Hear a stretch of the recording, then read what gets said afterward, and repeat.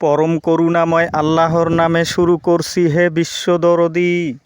আজ আলোচনা করব দয়াময় আল্লাহ যে কোনো ব্যক্তিসত্তা নয়, তিনি নিজেকে এই মহাবিশ্বে তিনটি স্তরে পরিব্যাপ্তি ঘটাইয়াছেন।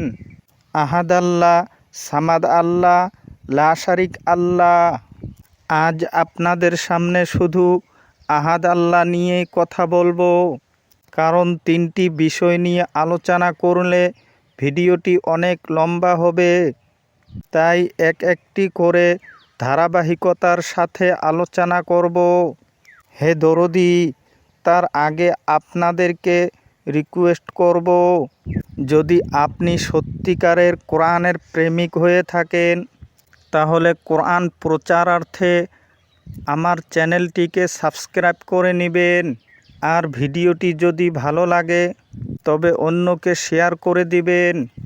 দেখুন দরদী, সকল সৃষ্টি আহাদ আল্লাহর অন্তর্ভুক্ত। আমরা যে সৃষ্টির ভিন্ন ভিন্ন রূপ বা গুণ দেখতে পাচ্ছি, এ সবই আহাদ আল্লাহর অস্থায়ীরূপী গুণ বা রূপ। কারণ আহাদ শব্দটির অর্থ হচ্ছে একক, বহুর সমষ্টি, এক মূলের সহিত যুক্ত, তাহাই একক। আহাদ আল্লাহ হচ্ছে এই দৃশ্যমান জগতে জীব, জড় ও শক্তিরূপে। আল্লাহ নিজেই বহুরূপে রূপায়িত, তাহার বাহিরে কোনো অস্তিত্ব নাই। অর্থাৎ এই বহুরূপী বস্তু জগতে তিনি আহাদ আল্লাহ রূপে বিকশিত, যেখানে সব কিছু তাহার শরীর। কারণ সমগ্র সৃষ্টি তাহার সিফাত বা গুণ হইতে আগত। এই গুণ সাময়িক।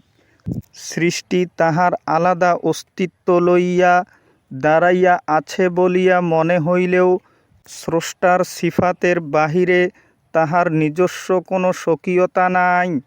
আহাদ জগতের প্রতিটি সত্তা দুর্বল, অস্থায়ী, অধম অথবা মন্দ। আহাদ জগতের প্রতিটি সত্তা একে অপরের উপর নির্ভরশীল। নির্ভরতা ব্যতিরেকে সে অচল। তাই আহাদ জগৎ দুঃখময়। দুর্বল সত্তার উপর আজীবন নির্ভরতা বা দাসত্বের পরিণাম জাহান্নাম। যাহারা প্রকৃতি থেকে বা আহাদ জগৎ থেকে নিজেকে বের করতে পারে না, তাহারা অনন্ত সময় ধরে এই জাহান্নামেই চলমান থাকবে। এখান থেকে বেরিয়ে সামাদ সত্তায় পরিণত হতে পারলেই অনন্ত জীবন লাভ করা যাবে।